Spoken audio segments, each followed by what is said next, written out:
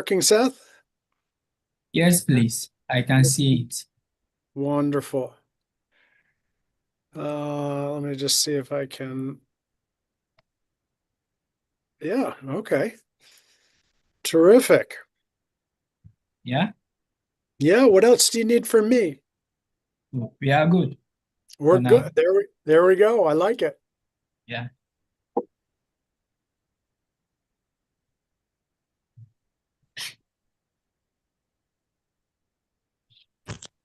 Working, Seth? Yes, please. I can see it. Miss Saman, over to you now. Okay, great.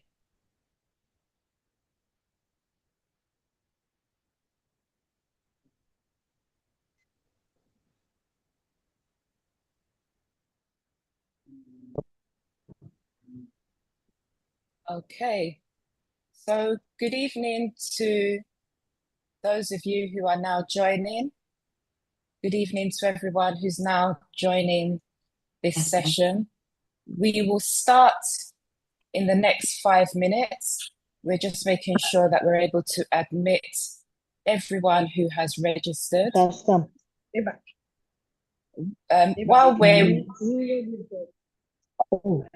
If you can mute your mics once you are admitted.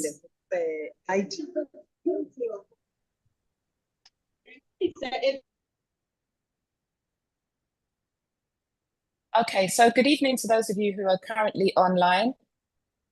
If you would like to just share in the chat where you're joining us from while we wait to admit, we have, I think, over 300 people registered, so it would be great if we can have everyone online before we start. So please, I believe the chat is open. If you can share in the chat where you're joining us from, that would be great. Okay, we have Isabella from Tema.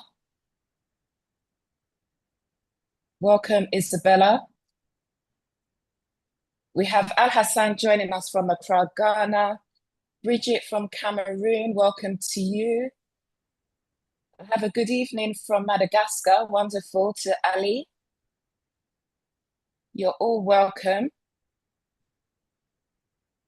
We'll be starting the session at around 6:05, so we can ensure we get everybody admitted.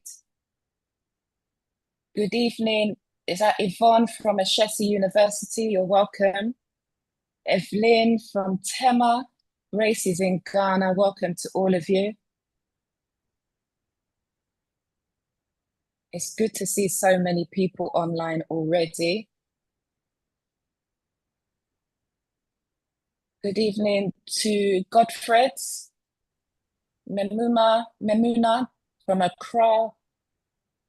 Salome also joining us from Ghana. You're welcome.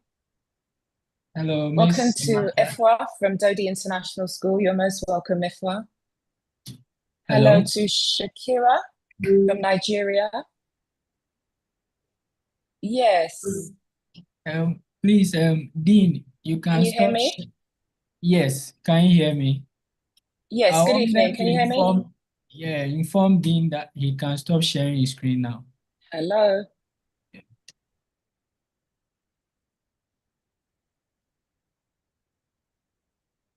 Okay. All right. I think he stopped sharing now. Wonderful. So good evening once again. We'll begin the session in the next, just 1 more minute before we start. We're just making sure we get everybody online. Vida, welcome. You can just drop in the chat where you're joining us from, and we'll start very shortly. Thank you.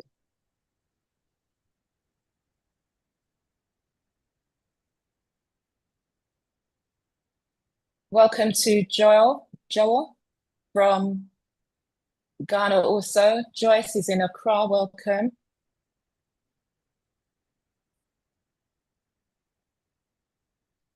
Good evening to everyone who is online. Looking forward to this session this evening. Okay, I can see a few more people in the waiting room, so we're just going to admit those people, and then I'll start with the introductions and housekeeping before we enter into the session.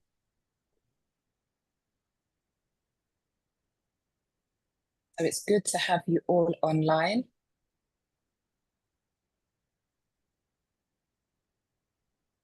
For another wonderful evening.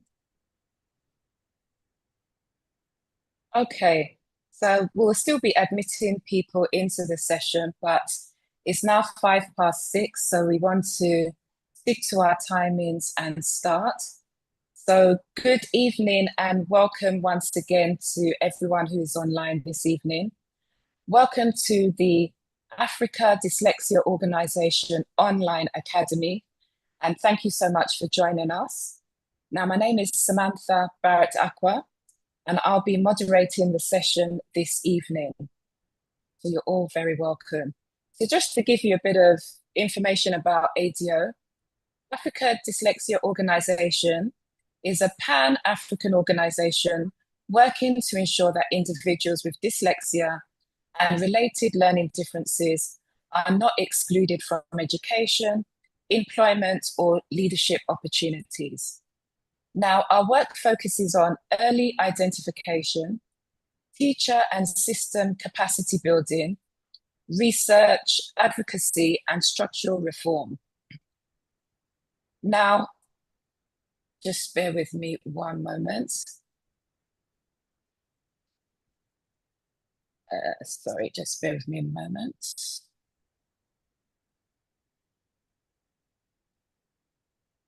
So as we go through, sorry, let me just, I've got trouble with my camera here. So let me just switch off my camera for one moment, but I'll be with you. Okay, so our work focuses on early identification, teacher and system capacity building, research, advocacy, and structural reform. So this evening, we're looking forward to a really insightful and educational session with you. Sorry, please bear with me one moment. I've lost my notes and my connectivity, so please just give me one moment. Sorry for the delay.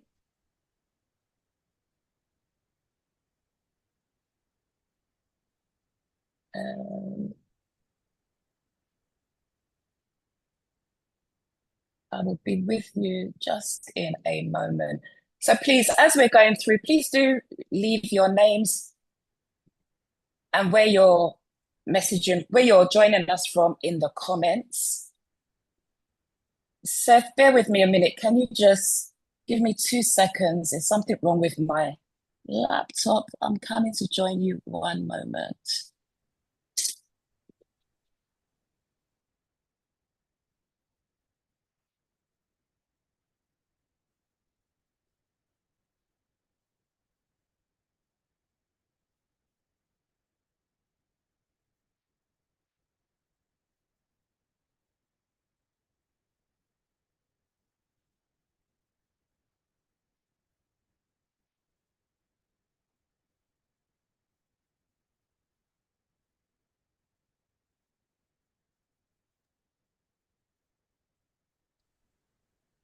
Okay, my apologies for the delay. Let me get back into the institutional framing and tell you what we're doing this evening. So today's session addresses the gap directly with regards to us identifying early enough what's happening with children in the classroom.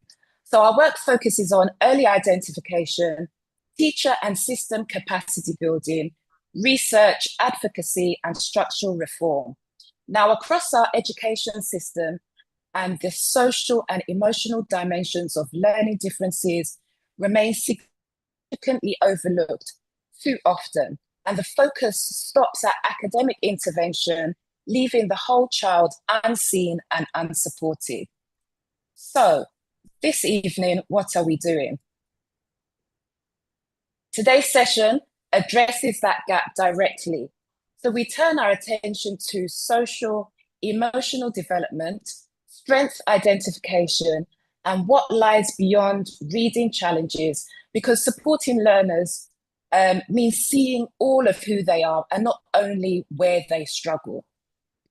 Now, this session equips educators, school leaders, SEN professionals, parents, caregivers, and education stakeholders with an evidence-informed and a strengths-based understanding of how reading difficulties affect the whole child. So their confidence, identity, social and emotional well-being, and potential. Now, drawing on neuroscience, lived experience, and the NoticeAbility framework, participants will explore how social, emotional learning, executive functioning, and strength identification directly influence learner outcomes. Now, the session translates research into structured, practical strategies applicable in both educational and home environments. Now, before we start, we want to go through a bit of housekeeping and online safeguarding.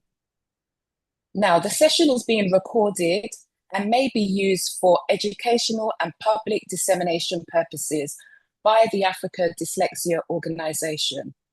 So participants are expected to maintain professional standards if cameras are on. Please ensure that you are appropriately dressed, that you're in an upright posture, that your camera is at a suitable angle, that your background is professional, and that you're not eating on camera. If you're unable to maintain a professional camera presence, please do keep your camera off. Now, some online safeguarding protocol. At ADO, safeguarding extends to our online spaces.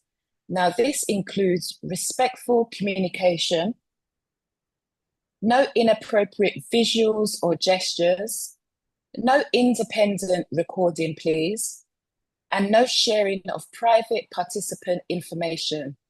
There should be professional conduct in the chat and verbally. Now, ADO reserves the right to remove participants who do not adhere to these standards. So as we're going through the sessions, you can ask questions by placing them in the chat throughout the session. There will be a live Q&A, which will be held at the end. And throughout the session, there will be sign language interpretation available. So during the main training session, that will be provided by Martin. And then for the Q&A, that will be Josiah providing our sign language interpretation. Okay, so just a little bit of information about certificates. Now, for participants who would like to receive a digital certificate of participation, please note the following. And I will repeat this again at the end for those who may join a bit later. The training itself is free of charge.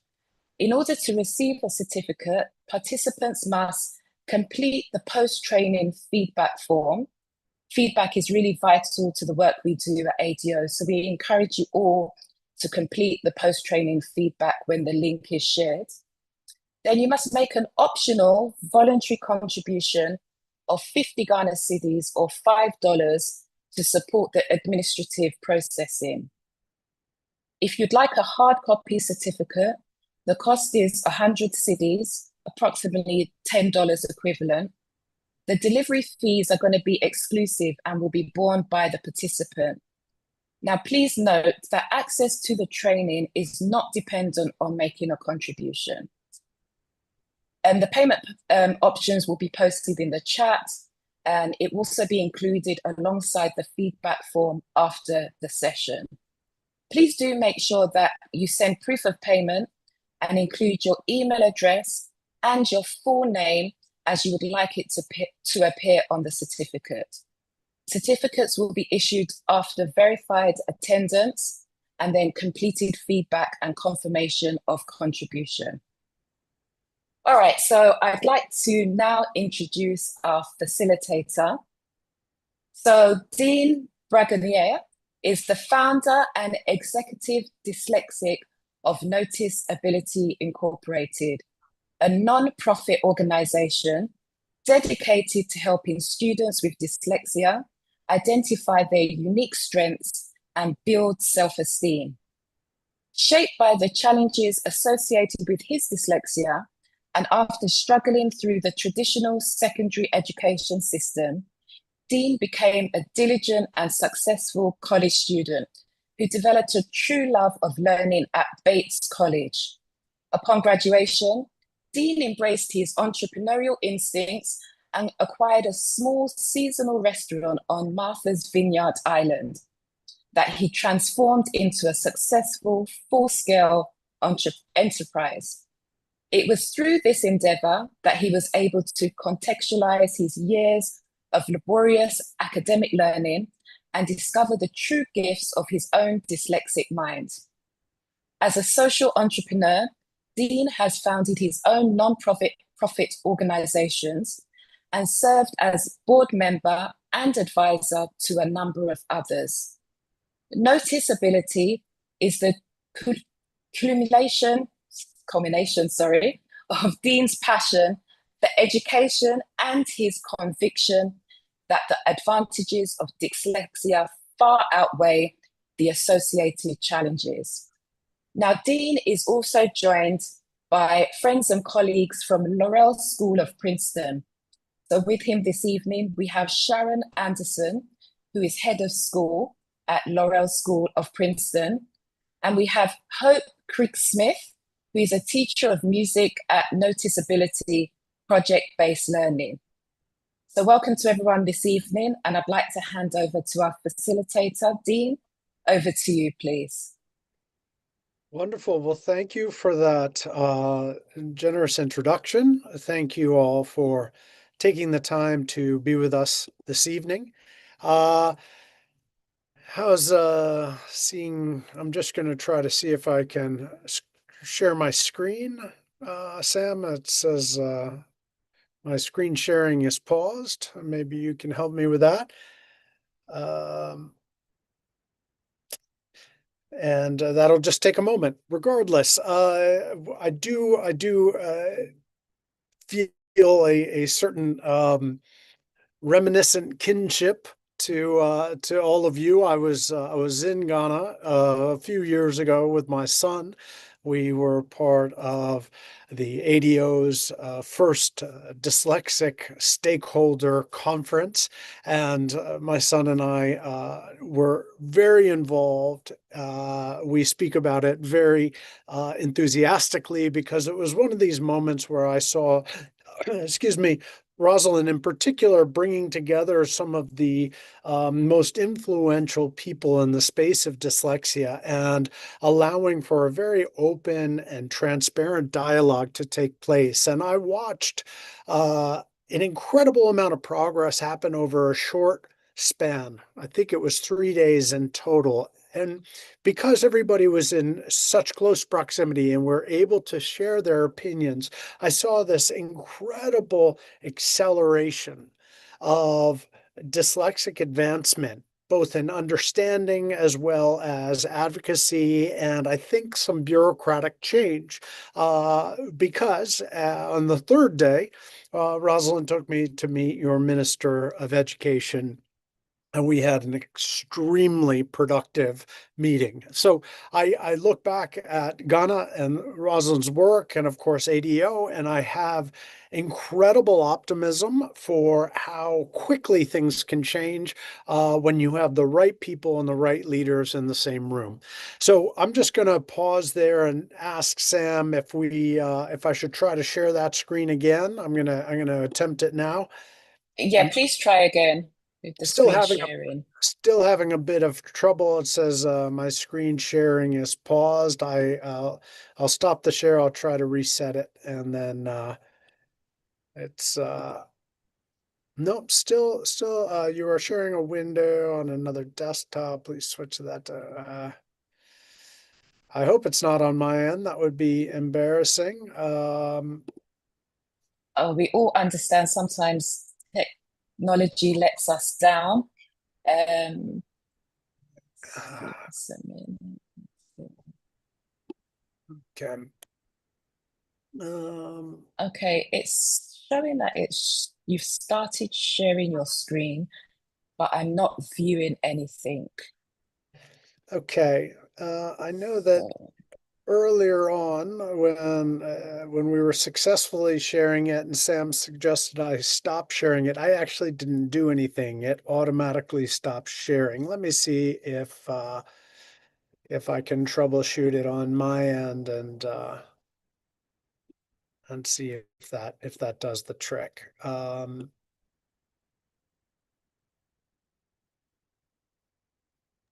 okay, as we're trying to get the screen sharing going, maybe I can just ask participants as we're waiting for that, can you maybe drop in the chat one thing you hope to take away from this evening's session? While we're working on the technical side, just drop in the chat one thing you hope to take away from this evening's session, please. I know as a counsellor myself, I'm very much interested in what I could be doing more in this space when it comes to, you know, acknowledging the well-being of persons with dyslexia or other learning differences. So let's see, what do we hope to take away from?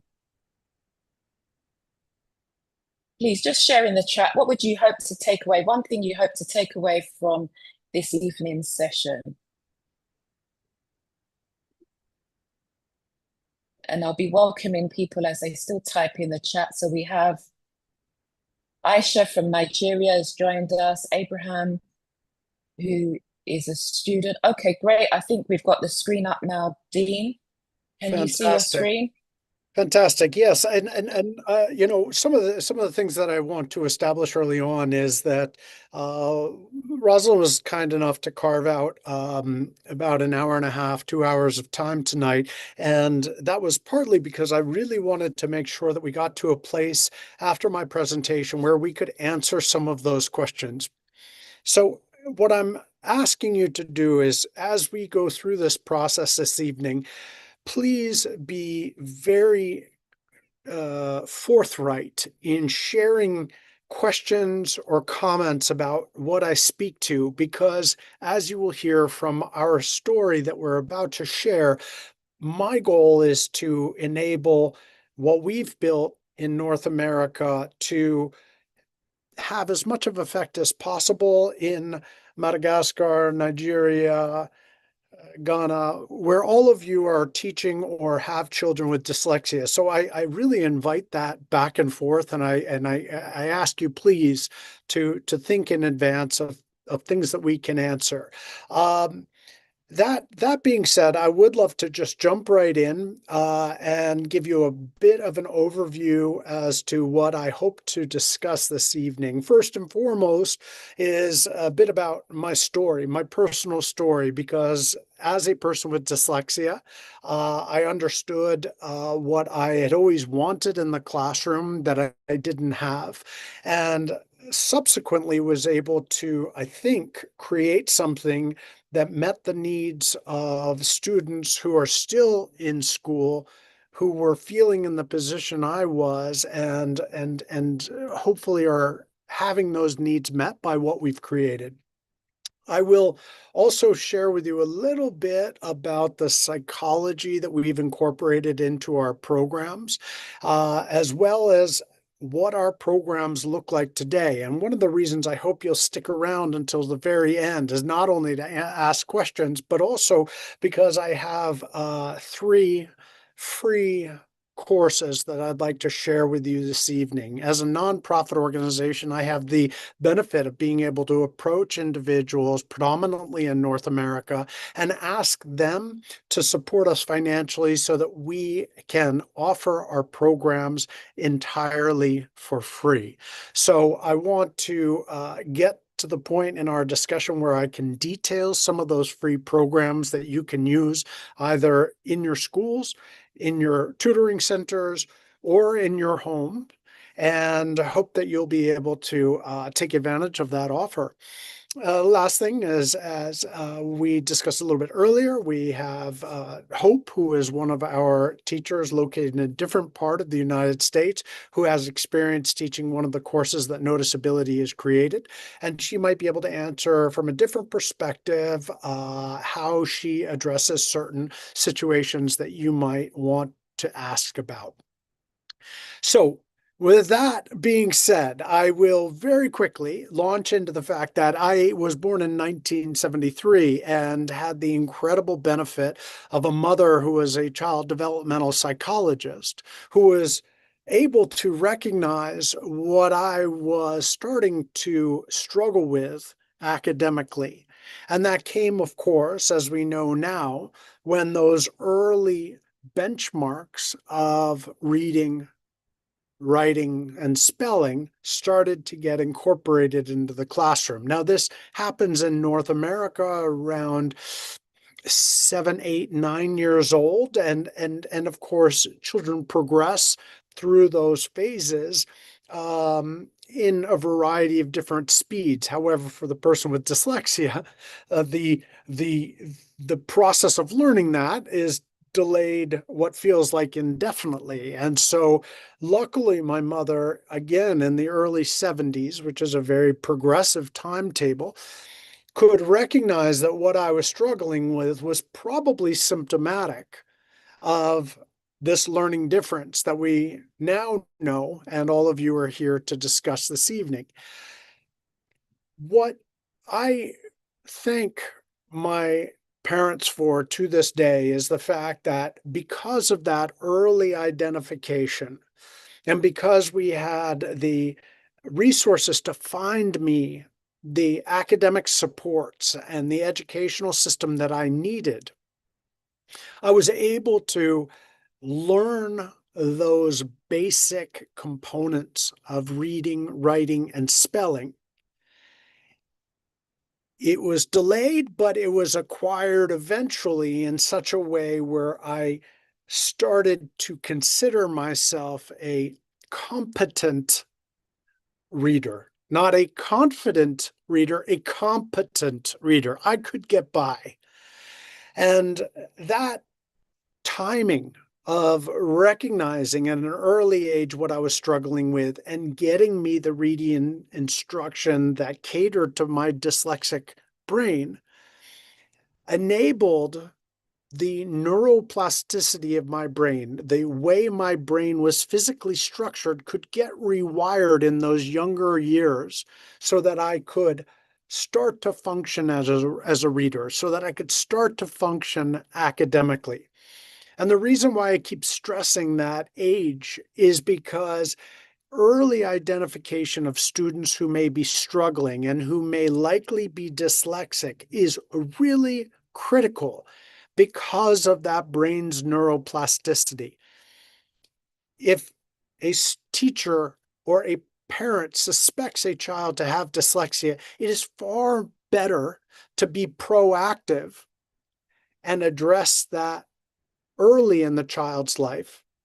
And under the best case scenario, that individual was just simply delayed for the natural way that some students are delayed in reading and turns out not to be dyslexic. You can't harm a child by giving them that attention early if you suspect they're dyslexic. And of course, you benefit that child if they are dyslexic because you've been proactive since the very beginning. Now, while I talk about acquiring that ability to become a competent reader, it does not change the fact that for the first 4 or 5 years of my academic environment, I was bombarded by the struggle of failing on a daily basis, on coming against the invisible barrier that my friends and other seem to get past with ease and grace. And all of a sudden, this process of reading was incredibly challenging and was marked by daily failure. Now, what that started to do to me in terms of my self-perception was what ultimately led to the creation of this organization. I'll speak about it in more detail.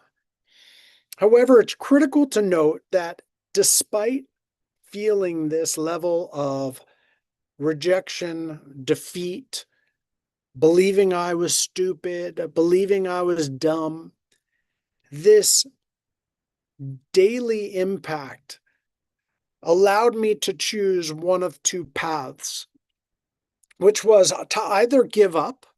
And as I'll share shortly, unfortunately, a lot of students with dyslexia do give up. Or I could try to control the one thing that was in my power, which was how much I would work when I got home from school. And I speak about this frequently, about how when I was starting around 13 or 14 years old, I would come home from school at 5 p.m. in the afternoon, and I would work straight through until midnight with a brief break for dinner. And I could do that every single day so that I could then produce, through that incredibly hard working diligence, I could generate the grades. I could get the marks that I needed in order to do well academically. It was almost as if I was trying to disprove everybody who was telling me that I was slow or broken. I was sort of saying, well, let me show you. And it was sort of a North American expression. I had a chip on my shoulder. I was out to prove them wrong. Now, I was able, luckily, through all that hard work, to get into a private college where I was able to finally start to study what I was interested in studying, not studying what I was told I had to study.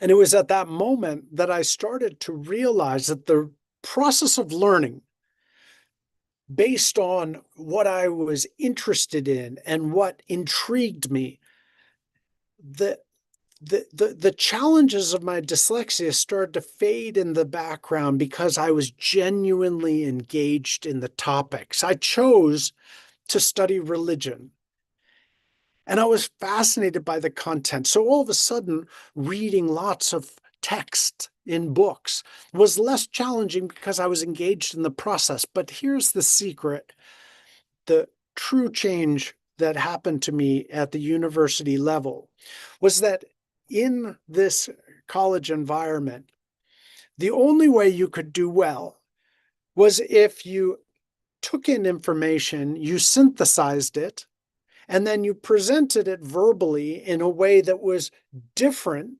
than your peers. Now, for a person with dyslexia, we grow up, our entire lives are rooted in this seeing things differently. If we saw things the same, we would have the same brain construction that allowed us to succeed academically. But because of our unique brain construction that makes reading, writing, and spelling so difficult, we also have certain cognitive advantages. One of those is how we present ideas differently, how we see reality differently than everybody else. So for the first time in my life, in an academic environment, people were hearing what I had to say and sort of looking at me saying, no, repeat that. That sounded really cool. Tell me what you said. So for the first time in my life, the way I saw things differently was not necessarily a liability, but was starting to become an asset. Now, one thing I did right out of university, and I don't recommend it, I decided that I wanted to learn the hospitality industry. And I went into the restaurant business. I bought this little tiny restaurant, and I had no idea what I was doing. Zero. Remember, I'd studied religion. Food preparation and religion, not so similar. Okay. I went into this because A, I knew what hard work was. Everyone said, oh, restaurants are very, very difficult. You've got to work 60 hours a week. And I said, I've been doing 60 hours a week since I was in grade 5 and 6. The other thing is everyone said, well, 60% of people fail in the restaurant business within the first 3 years. And I said, well, you know what? I'm not really afraid of failure. I've been failing pretty much since I was 9 or 10. So I'm not afraid of failure. I'm going to try. Well, it turns out that I did really well. I was able to succeed in this very, very difficult business. And it turns out, I'm getting ahead of my story. I'll come back to it as to why. But it turns out that the whole reason I succeeded was because of my dyslexia. Now, let me dive down into a couple of different parts of that story, because now I want to get to the concept of noticeability, why we created what we did. When I talked about that idea that I was losing confidence in who I was, I liken that to what a gentleman named Dr. Martin Seligman called learned helplessness. Now, to make a very long story short, this was a process where Dr. Seligman identified through an experiment by giving dogs a temporary paralyzing agent and put them into an electrified laboratory environment. And because they were temporarily paralyzed and the experimenter would deliver shocks, the dogs essentially gave up on the belief that they could change their circumstances because they were physically paralyzed temporarily and therefore couldn't escape the shocks.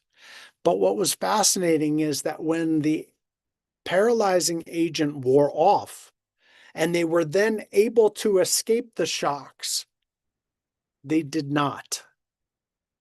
Despite the experiments delivering the shocks, even though they were able to escape, they didn't. They laid on this electric floor and absorbed that pain. And Seligman essentially determined that what was happening was that the dogs were psychologically believing they had no sense of control over their environment. And because they had no sense of control, they gave up the desire to try. Now, learned helplessness has been repeated in a far more humane manner in human populations.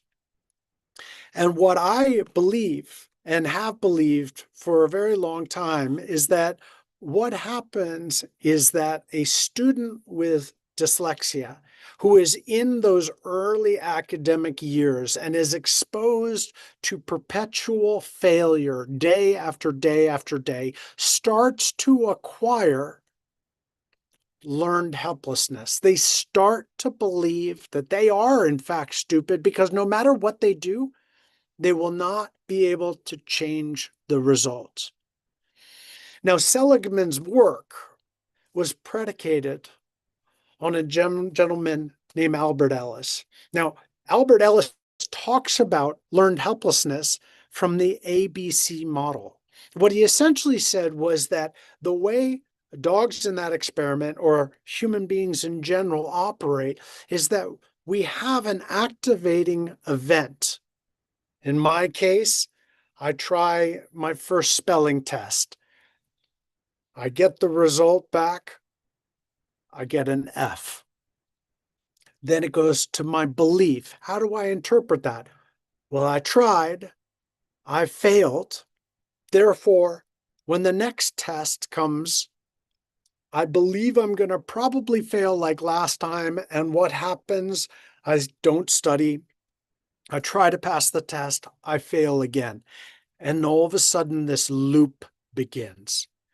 Activating event, belief, consequence, which reinforces the activating event, the belief, the consequence. And what starts to happen is psychologically, humans, in this case, dyslexic students, will start to believe that they are fundamentally broken. Now, what's terrifying is that this translates on a human level to some things that you've probably seen demonstrated by students with dyslexia in your classroom, or if you're a parent, as I am, of a child with dyslexia, you may see how this learned helplessness presents. They get easily frustrated, especially with academic assignments. They start to lose motivation. Their self-esteem starts to suffer. They start to stop asking for help. They fail to reach out, raise their hand, admit that they have a question. They start to turn inward, and they start to, in many ways, get depressed. As I tell you this tonight, I can still feel this ABC process in my brain.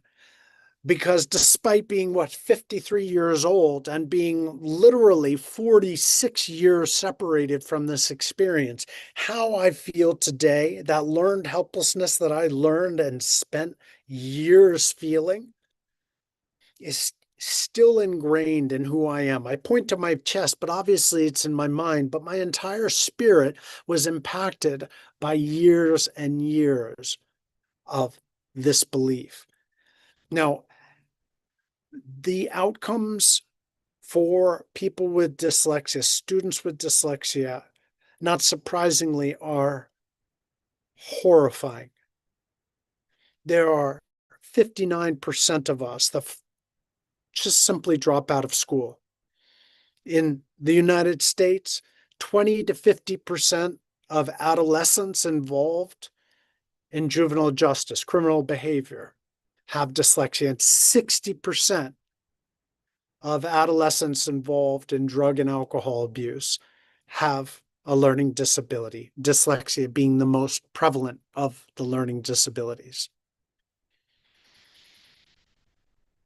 Now, I promise you, my talk gets better, but I want you to understand how terrifying this is. And if you're a parent of a child with dyslexia, or if you're a person with dyslexia, you know what I'm talking about. You've probably observed this with your children, and it's terrifying, especially as a parent, because you yourself feel as if there's limited things you can do to change your child's perception of the self. I'm happy to say that you can certainly help them. I'm about to go into that detail. But the reason for my journey was this kid right here. I married a dyslexic woman, so we refer to Bodhi, our son, as a dyslexic purebred.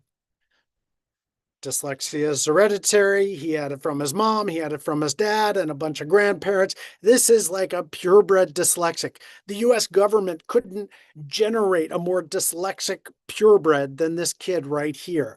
Well, as a parent, knowing what I went through in the educational process and what it did to me psychologically, I grew terrified, knowing about drug and alcohol abuse rates, incarceration rates. And it was at this moment where I recognized I needed to figure out how it was that I could introduce my son to his dyslexia and be very, very clear about both its challenges as well as its strengths, which I had discovered later in my life when I was telling you about the power of hard work, and then seeing and expressing myself differently than everybody else and succeeding in entrepreneurship.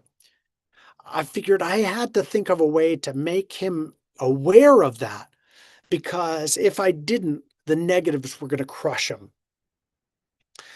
So as I started researching, what is the reason? Is there a specific message that I can bring him? Can I change the way I discuss dyslexia so that he can overcome the potential of learned helplessness and transition into a place where he can recognize and maximize his strengths? Well, as I was doing my research, I found out that despite those negative outcomes, Within that same 20% of the global population, those people with dyslexia, we have extraordinary positive outcomes. Like me, 35% of all entrepreneurs have dyslexia. Rosalind, who runs ADO, is a perfect example. Now, according to another study, 40% of self-made millionaires in the United States have dyslexia. 40%. It's only 20% of the population, yet 40% of self-made millionaires. Now, I don't live in the United States anymore, but when I did, I was in Cambridge, Massachusetts, which is the home of MIT, the greatest engineering university in the world.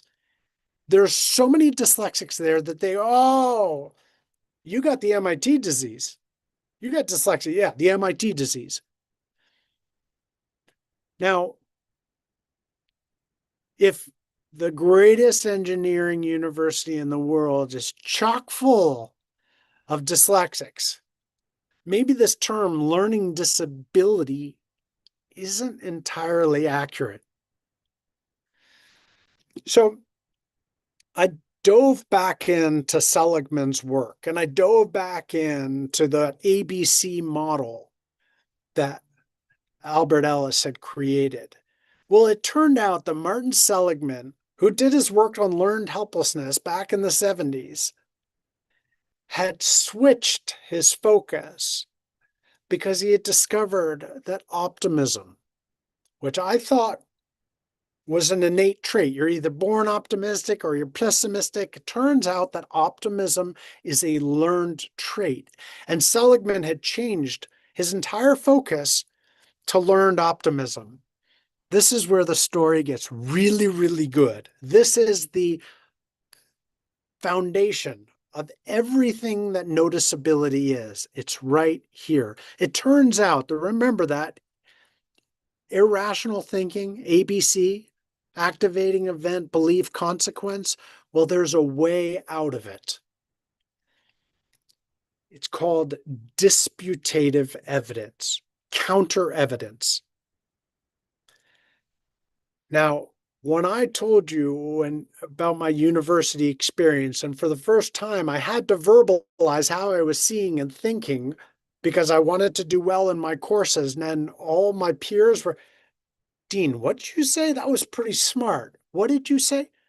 Disputative evidence. This ran contrary to that irrational belief that I was stupid. It was counter evidence. These were people that were saying this not because I asked them to, not because they had any motivation except to say, yeah, tell me about that. That was smart. It forced me to challenge that ABC, that irrational belief. And when I started to speak about it, and my professors was like, hey, I read your paper or your oral presentation, you got an A on that. The last part of learned optimism, energization, kicked in.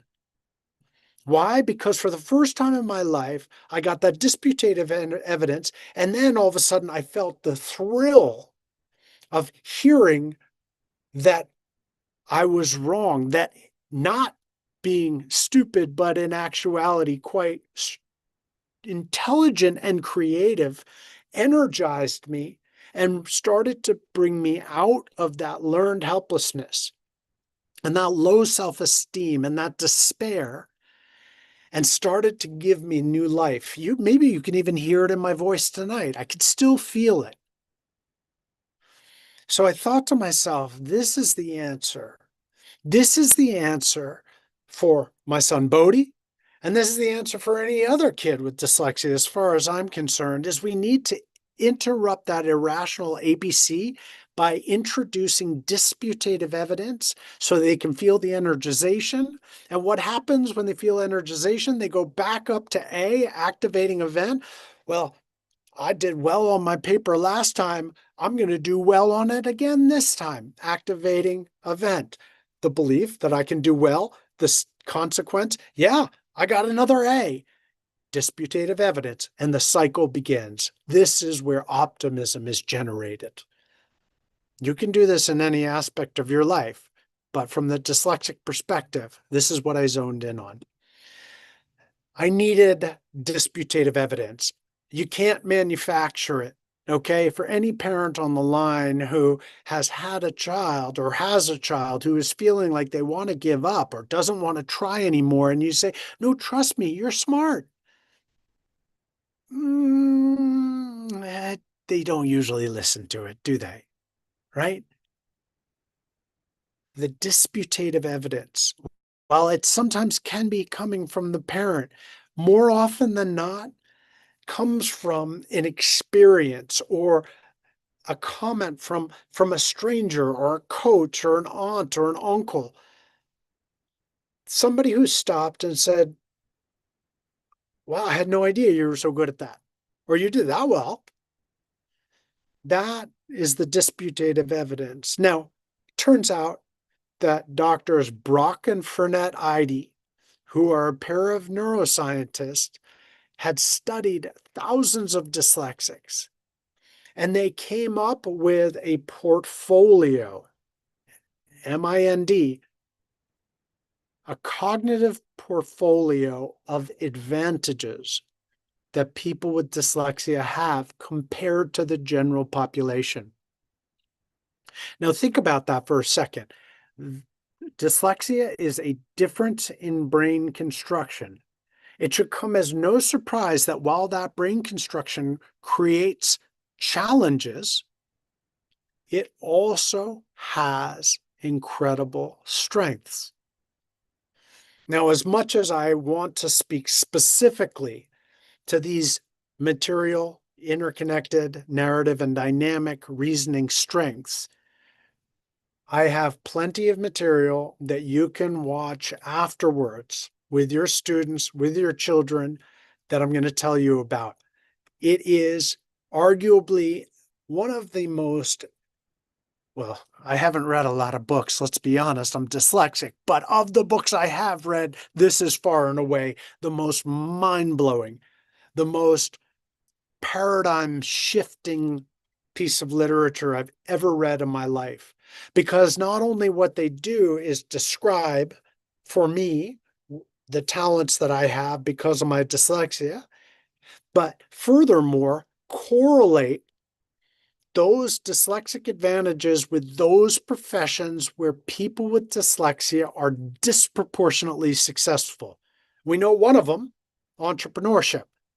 Well, there's a lot, but the four that jumped out to me were entrepreneurship, engineering, architecture, and the arts. Let that sink in. Pablo Picasso, dyslexic. Albert Einstein, dyslexic. Charles Schwab, Richard Branson, Henry Ford, all these dyslexic entrepreneurs, artists, engineers, architects. Gaudi in Spain, dyslexic architect. All of these people whose names we know today in 2026 were people with dyslexia who have fundamentally changed the way our world operates because of these cognitive advantages. Now, if that doesn't give you goosebumps, I don't know what does, right? Talk about disputative evidence, right? So the second thing that I recognized is if we have that disputative evidence, how can we create the energization? A, B, C, D, disputative, E, energization. Well, it turns out that energization in the classroom is a lot easier than I thought it was. Boils down to essentially adults, all of you, who have the ability to explain and model what they're looking for with their students so that their students understand, okay, this is what I need to do in order to become competent in whatever discipline it is. I can follow their instruction. Okay, that's what a good parent or a good teacher ultimately creates, is that modeling system. What doesn't happen as much, but is easy to do, is to then, when you see that student demonstrating the skill you're looking for or the skill you're teaching, to verbally recognize it Hey, Billy, you did well on that. Way to go. Just like I told you, you're going to do it again tomorrow. I know you will, right? That positive affirmation loop is that energization. Wow, the teacher saw, or mom or dad saw, or auntie or uncle saw that I did something well. I bet you I'm going to do it again. And the last one is, of course, that ability to take information and really understand it so that you can apply that information, right? For example, if you've got a child who is going through geometry, which is essentially, right, squares, circles, and rectangles, and then is walking down the street and looks at a series of houses and says, "Hey, Mom, do you notice that basically houses are just geometry? There's a rectangle with a triangle on it." Right? That's mastery. You understand the content, you can apply the content, you can articulate the content. If we as teachers or parents can model, recognize, and then invite them to own that content, that's going to generate this energization. Now, on this same slide, because it was too good not to include, there's two things that it turns out are absolutely critical to the success of a child with a learning difference. And again, it's not rocket science. One is to be engaged in their academic environment, okay? The communities in their schools. You, as an adult, helping them to become empowered in the classroom allows school not to be a terrifying place, as it is for most dyslexics, but a place where they can go and be understood, which is the second. Having an adult, a teacher, a parent, a coach, understand the challenges associated with your learning difference and being empathetic to it is all that is required for a child to have that advantage for success, understanding, and engagement. So, condensing everything that I've been sharing with you, NoticeAbility recognized that there was one thing. And when I say NoticeAbility recognized, it was me recognizing within myself that there was one thing that I didn't have that I desperately wanted, which was to start to understand myself in this context. I talked to you about how I was feeling doubt, self-loathing, low self-esteem. Well, social and emotional learning is a broader term that incorporates who we are, how we see ourselves, how we engage in those around us, and how we manage our emotions in that larger context. Now, we're all adults on this line tonight. Guess what? Social emotional learning is what you need on a daily basis as an adult. You go into work, you've got to work collaboratively. Otherwise, you don't have work. You're out of work. If you have a spouse or partner, you have to manage those emotions. You have to collaborate. You have to agree to disagree or compromise or resolve conflict. These are all the things that we as adults desperately need, but very rarely do we actually focus in the classroom on teaching these skills. So this is what I grasped onto. I said, this is what I think students with dyslexia desperately need, is they need this disputative evidence that is rooted in their cognitive advantages of dyslexia, which will energize them in the classroom, which will increase that engagement and that understanding based on all of you as understanding adults who comprehend the challenges of dyslexia and its benefits. And simultaneously, now that we've got kids back engaged in the educational environment, let's bake into that model things like conflict resolution and negotiation, active listening techniques. And this is where the idea came to mind, to create courses that focused on those top 4 professions and bake within that social emotional learning, so that as students experience that disputative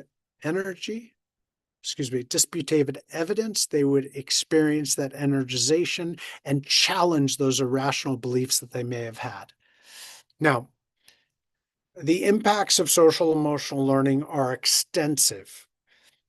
Usually I present this slide it's my right, I don't know, that very densely packed slide that I have to put my glasses on. It shows from a very academic perspective the benefits for student performance when it comes to academics, the school behavior, the school performance, all of these factors that we desperately want kids to succeed in personally and academically are of profound benefit. It's proven based on all of these interventions. But what I said, and I was so glad Rosalind encouraged me to share just a couple of sort of anecdotal points, was these three quotes. The first one, a wonderful student that I had named Josie, who's dyslexic. She said, "I'm a dancer, I play hockey, and I'm dyslexic. At school, I feel like I have to work twice as hard as everyone else. Before I took the NoticeAbility class, I felt like people looked at me like I wasn't as smart as them. When it came to the class, I felt like I could see things in different ways, NoticeAbility. Now, when I'm in my classroom, I use my other abilities to think and explain things in ways that other people may not." One of the lines that Josie told me one day is she said, "I know we're learning, but it doesn't feel like school." Now, from one dyslexic to another, I was like, that is all I've ever wanted to hear, right? You're loving learning. But social emotional learning can present in other ways. For example, remember, most dyslexics do not look at school as a happy place, right?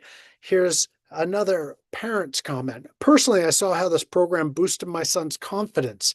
He found his passion, and with that came confidence and independence across settings, at home and at school. This is the first year that my child has not complained about going to school. He stated that Tuesdays were the best days because that was the day he had NoticeAbility." Now, look, these quotes sound very self-promoting of NoticeAbility. Ignore NoticeAbility. Think just simply about us as an organization being empathetic, understanding adults that were providing disputative evidence. That's what they're referring to. Okay. And Martin, by the way, I just remembered that you're doing an incredible job signing, and I'm speaking so quickly. I'm so sorry, my friend. You're the best. You're the best.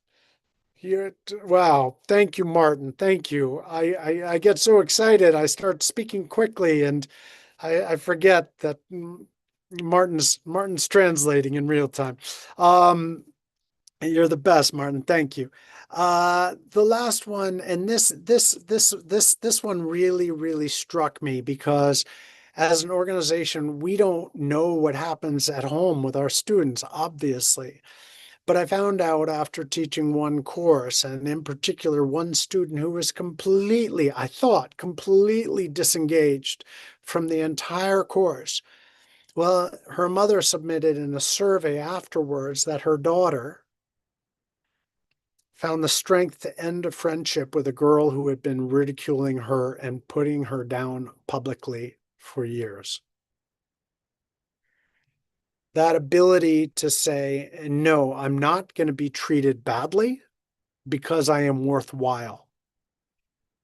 If that is what that young woman discovered through disputative evidence, we have accomplished what we set out to do. So these three quotes are just a sampling of what I could share, indicate to you that these are students who, by their own account, had been disengaged, had given up, had believed that irrational belief that they were stupid. And now, for the first time in their lives, They're seeing an opportunity to engage in their academic environment, to be understood by the adults teaching them, and as a result, to find confidence and self-esteem. Now, the last piece of this puzzle, and I believe it or not, I'm getting to the end, so we're going to share a little bit of insight from Hope and then those questions and answers, because I really, really hope you've got some questions. I love answering questions. I hate listening to myself talk. I love the questions part. Universal design learning. This was kind of coming into being when I started NoticeAbility 11 years ago. Everyone said, wait a minute.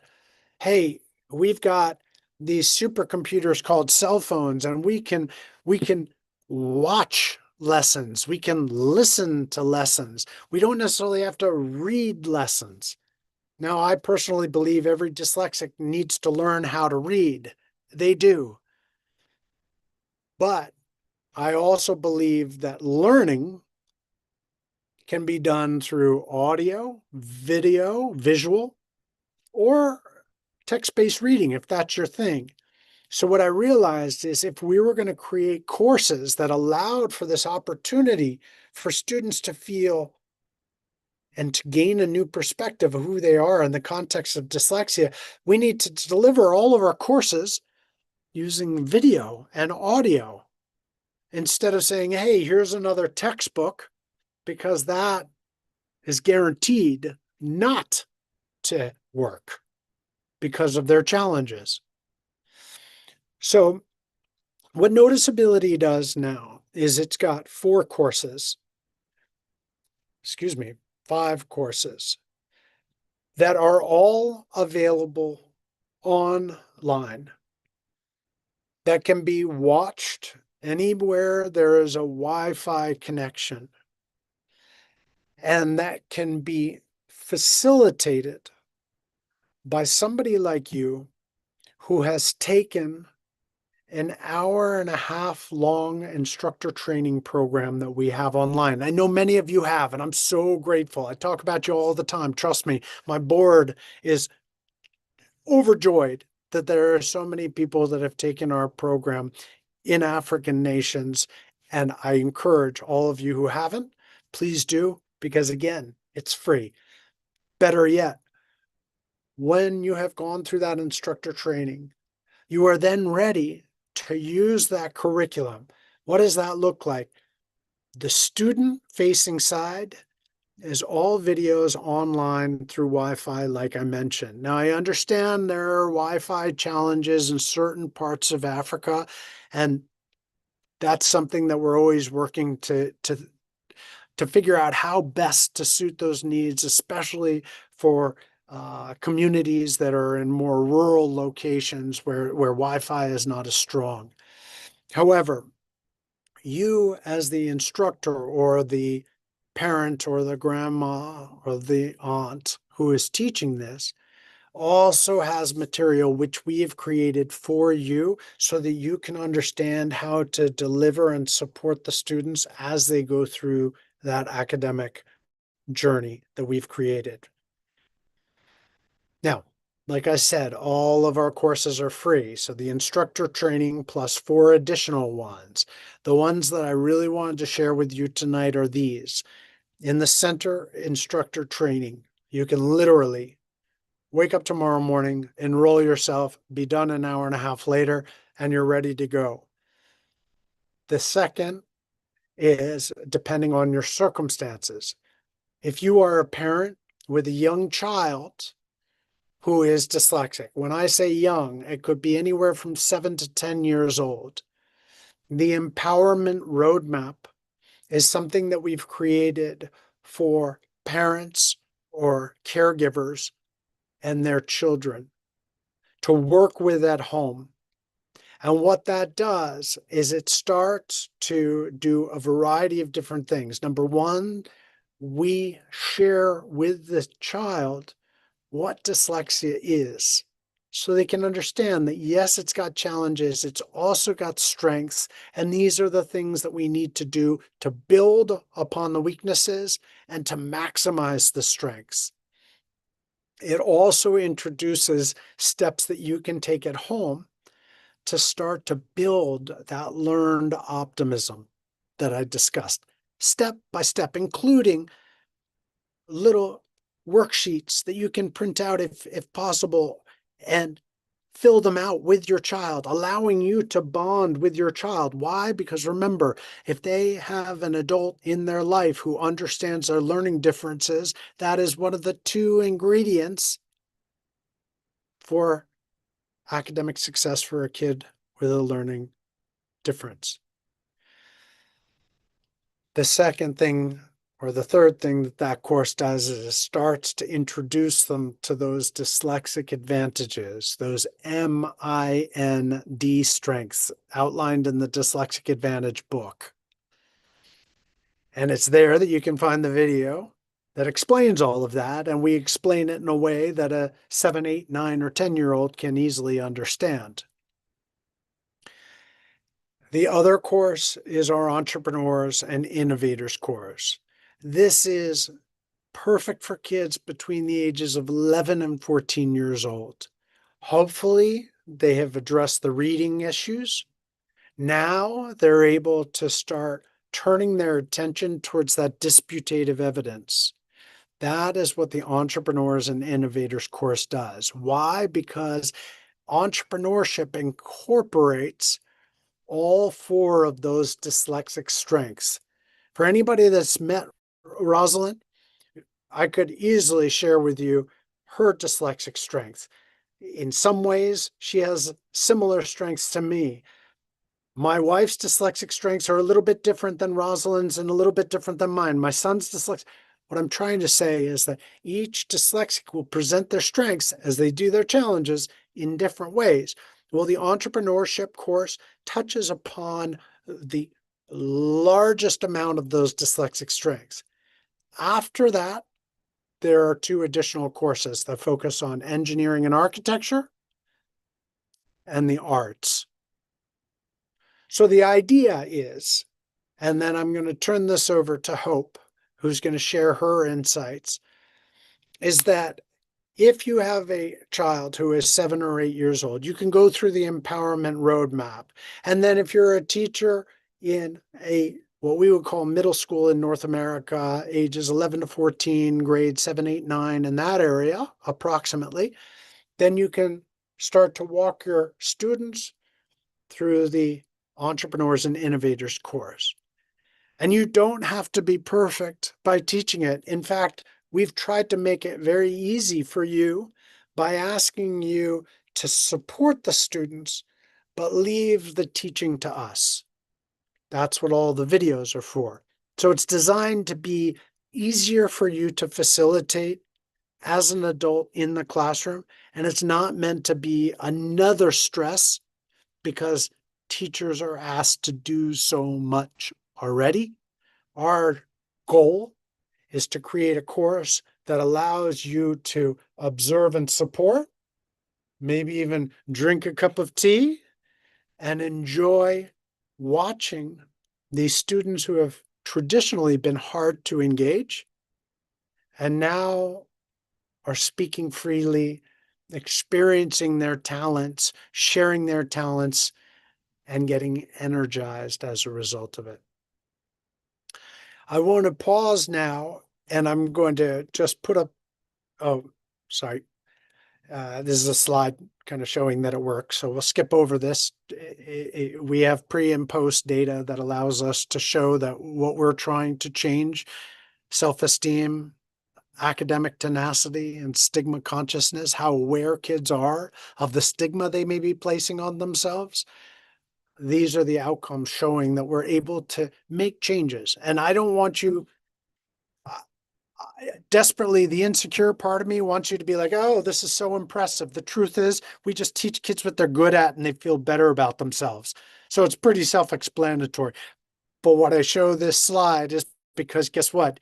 They react really strongly and positively when they're made aware of where their talents are, because for the first half of their lives, they've been told only what they're bad at.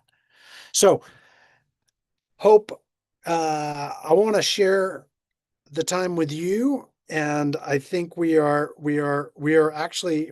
think we're pretty good in terms of timing. Maybe you've got 10 minutes to sort of share your perspective and maybe just leave some breadcrumbs so that people can ask some questions.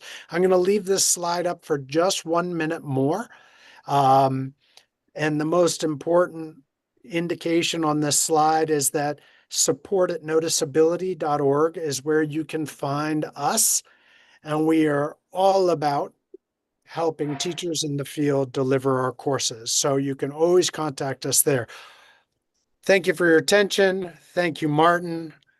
You speak beautifully, my friend. Over to you, Hope. Thank you, Dean. Thank you, Dean. Thank you, everyone, for having us. Thank you, Martin. You're working so hard over there. And thank you, Roslyn, especially. I met Roslyn in Morocco in 2024, and I love her and everything that she stands for and does. So I'm honored to be here. So as Dean said, this is Sharon Anderson. She's the head of school at the Laurel School. I'm gonna give her a couple minutes to talk after this. We were listening to Dean, so we have a couple things to add on, piggyback. I teach NoticeAbility. I teach the three courses that were out this year. I teach entrepreneurship, engineering and architecture, and the consensus arts. And it's a highlight of our school's education. The children love it. They do a STEAM fair every year to present their projects. They get so much out of it. We're gonna kind of piggyback off each other. So this is Sharon. Yeah. So thank you for inviting me, Hope, at the last minute. So I don't have anything formally prepared, but the Laurel School of Princeton is a school that is dedicated to children with dyslexia and language-based learning differences, which is a very unique opportunity for us to take those kids who weren't feeling great in their public school environment, and now they're thriving. We have been working with NoticeAbility since, I believe, Dean, if I'm right, is 2016. We started our school in 2012, and our executive director, Gordon Sherman, who is a neuroscientist who studied the brains of dyslexic kids, found Dean on the internet somewhere and said, we got to check this guy out. He sounds amazing. And we did, and we still think he's amazing. His program is amazing. At the Laurel School, we teach structured literacy to fidelity. We teach Wilson reading, we teach Orton Gillingham, math, we teach the science. All of our teachers are certified, and we can do all of that. It means a lot to the teachers to be able to show this progress that our kids make, but then when they have the opportunity to shine, which is where our dyslexic kids are their best, they know that they have to do the hard work for us in order to then do the work where they can shine. And when I say they shine not only in NoticeAbility, but in Disney Junior productions twice a year, where every parent says to Hope and I, you gave my kid a lead, they're never going to learn those lines. And I'll tell you, they never miss a trick, because there's a part of them that shines. It's a part of them that they can learn, and they feel good about themselves and their self-esteem, and that social emotional learning that is so critical. We just incorporate it right into these programs that Hope teaches. It helps with the executive functioning piece, which is another part of the dyslexic brain that can get cattywampus and get confusing for them. So when they have to organize their entrepreneurship or their engineering design, the cities that these children make are amazing to me, and the organization that goes into it is nothing compared to what their binders look like when they ask them to put their homework in it. So we're a whole school for a whole student, for a whole learner. We do formal assessments, and I could talk to anybody about that. We have a learning center if anybody's interested in teacher training. You can reach out to us to talk about it, but I'm going to let Hope talk more about what our kids do for their skills, the side of their brain that is just phenomenal and beautiful. And you can read a book online, listen to it, and I could teach you how to spell. But when you can shine the way you need to, it's what's amazing about our program. Yeah. Dean, were you going to say something? No? Okay. All right. On top of NoticeAbility, I also teach project-based learning, and that's a big part of our program as well. And as she said, if you didn't get that, I am the music teacher as well, so I wear many hats.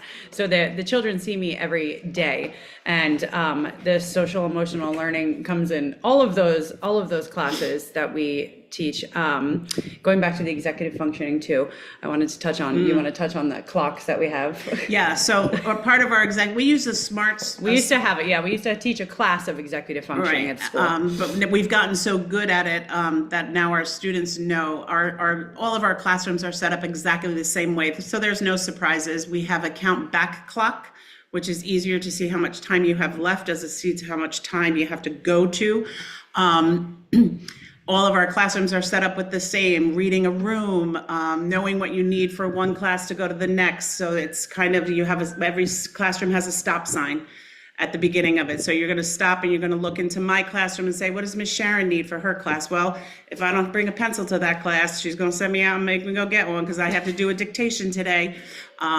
But Miss Hope's class, I don't even have to bring my binder. I just know I can't bring my water bottle in because she doesn't let water in her classroom.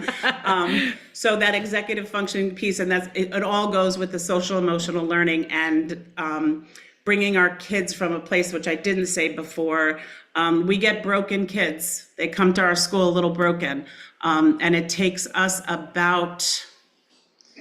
typically about a week and a half for kids to go home to their parents and say, I know how to learn, I can learn, and they know how to teach me, which warms my heart, but it's just because we know the science behind the work and we do the science behind the work.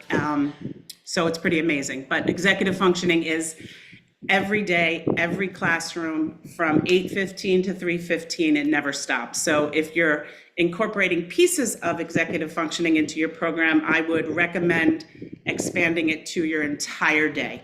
And it doesn't have to be lessons, it just has to be kind of just the way you go. We use responsive classroom for our morning community meeting, which just kind of gives kids a feeling of community because they're leaving their big schools and now they're in schools with kids who live 2 hours, 3 hours, 4 hours away. How do you build those relationships? So we use the responsive classroom because it's really great on peer building and all of those things. So and there is something to say about that. It's a small school, it's 25 children, but we do have children that come 2 hours each way to come to school every day, which is, amazing that they chose us for that.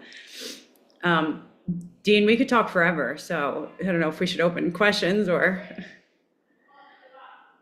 Yeah, so I was just taking a moment to look through the comments, and thanks everybody for the kind words. I appreciate it. I saw a couple of questions, and please, now is the time. If somebody from ADO would like to read them out, that's fine. Otherwise, I can just scroll through.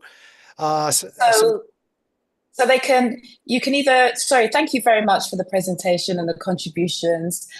So we will open the floor now for questions. You can either raise your hand and then you can unmute yourself, or type the question in the chat and then I can read it out, or whichever is good for you, Dean. So please type the questions. Well, why don't I scrolled through and I saw a couple of questions that I can answer right off the bat, and I love just the most recent one. I was talking about a gentleman presumably teaches entrepreneurship and business, and his students. I don't know if his students or his children are athletes with dyslexia, but let's, for argument's sake, say that they are both dyslexic and athletes. It is a very, very common opportunity. Is the gifted dyslexic athlete is one of the rare subgroups within dyslexia that I think are able to find an incredible amount of self-esteem because of their asset in the sport world, and that they are recognized for their athleticism. And usually make for pretty darn good athletes, I'm convinced, is because they are using that dyslexic advantage to reading their opposition and almost can predict what the other team's going to do before the team even knows that they're about to do it. But, I know that the dyslexic athlete can become incredibly absorbed in athletics only, maybe almost at the expense of everything else. My suggestion in such a situation is they've just told you exactly how to engage them, which is everything that you want to teach them, just put it in the context of football, for example, right? It's hard work. That's what an athlete has to do. Learn skills where they are weak in order to become stronger at those skills in order to be a better performing athlete. Well, that's directly analogous to, hey, as I say with my 18-year-old son, I say, you've got to learn to write papers as well as a non-dyslexic if you want to then be in a position where people only see your strengths. You have to build up your strengths to the normal level, and then people won't even see your challenges. They'll only see your strengths because your challenges are now invisible. So that's another theme. Another one is you want to teach, your business and entrepreneurship. Man, there is no bigger business in North America, at least for most of us, than sports, right? So how does an athlete make their money? How does an athlete get representation? Oh, how does an athlete pay a percentage to their agent? What is a percentage? Well, if you want to make this much, this is a percentage, and you don't get that. Your agent does, right? These are all learning mechanisms to contextualize what you want to teach. Essentially, an athlete is their own entrepreneurial project, right? They're meeting a demand that nobody else has met. So it's a great opportunity, I think. Another question was, Oh, Dean, can I chime in on the yeah, athlete? please. Okay, so this is just a funny side note. So this year, I taught the entrepreneurship class, and we had sometimes the course you can. What I love about NoticeAbility, and not a plug for it, but also a plug, is that you can tailor it to be either group projects or individual projects. So every year that I do it, we do separate one, like. Some students do their own, and then there are groups of other ones. And this year we had 5 solo projects, and 3 were to deal with sports. So they could build workout equipment or something, so they could, innovate that. And they built it with boards, and they built it with ties and workout equipment. And then the other funny part was I also teach the architecture class, and my students actually build out their land. And it's, pretty large, but one of the concerns was, because it was space themed, was there going to be a football team in the space? So yes, hand in hand. And that dovetails so perfectly with another question about how to become a more supportive teacher. I think that teaching is such an extraordinarily difficult job. My brother is a teacher. I am sort of an educator, but not a day-to-day classroom teacher. It's a lot to ask them to do more. However, I think that trying to identify where those individuals that are most difficult to engage, the dyslexics presumably, and identify where their passion or their strength lies is an incredible way to convey to that student that you see them, that you're interested in their success, and that you're inviting them through that energization process to become engaged. Now, let me give you one example. There is always a reliable percentage of students that I get to work with who are incredible talkers. They've got every excuse for why they didn't do their homework. They've got every reason to discuss something other than the lesson plan. Okay, this is really, really, really challenging as a teacher because you've got all these other kids that you have to get through the material. a nice way to, I think, recognize their talent and to shift that ever so slightly so you can have them become an ally as opposed to somebody competing for class attention, is you can enroll that student. I like to speak to them after a class or on the side during a break, and I say, hey, look, I got to pull you aside. Look, you've got an excellent way of convincing people. I see it. You're really, really good at convincing people. I need your help. During the next session, I need to convince all these kids that they can do this. Can you help me with that?